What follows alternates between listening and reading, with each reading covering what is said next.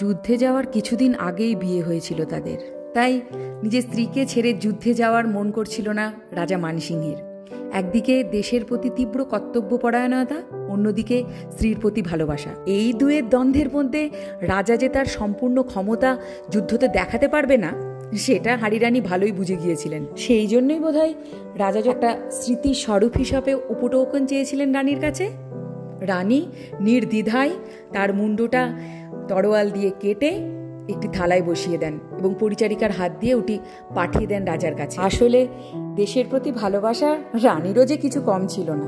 এই দৃশ্য দেখার পর রাজা যে মর্মাহত হয়েছিলেন সে বিষয়ে তো কোনো সংশয় নেই, কিন্তু রানীর বীরত্ব যাতে একেবারেই নষ্ট না হয় সেই কারণে তিনি নিজেও খুব বীরত্বের সঙ্গে লড়েছিলেন যুদ্ধ এবং শেষে জয়লাভও করেছিলেন। কিন্তু জয়লাভ করবার পর তার বেঁচে থাকার ইচ্ছাটা একদম হারিয়ে যায়। তিনিও নিজের তরোয়ালে নিজের শিরচ্ছেদ করে প্রাণত্যাগ করেন। না, এটি আমার কোনো লেখা কাহিনী নয়, এটি একটি বাস্তব গল্প। এটি রাজস্থানের মেয়রের একটি সাহসী রানীর কাহিনী। আজও সুম্বলপুরে এই কাহিনী সকলের বারবার স্মরণ করে।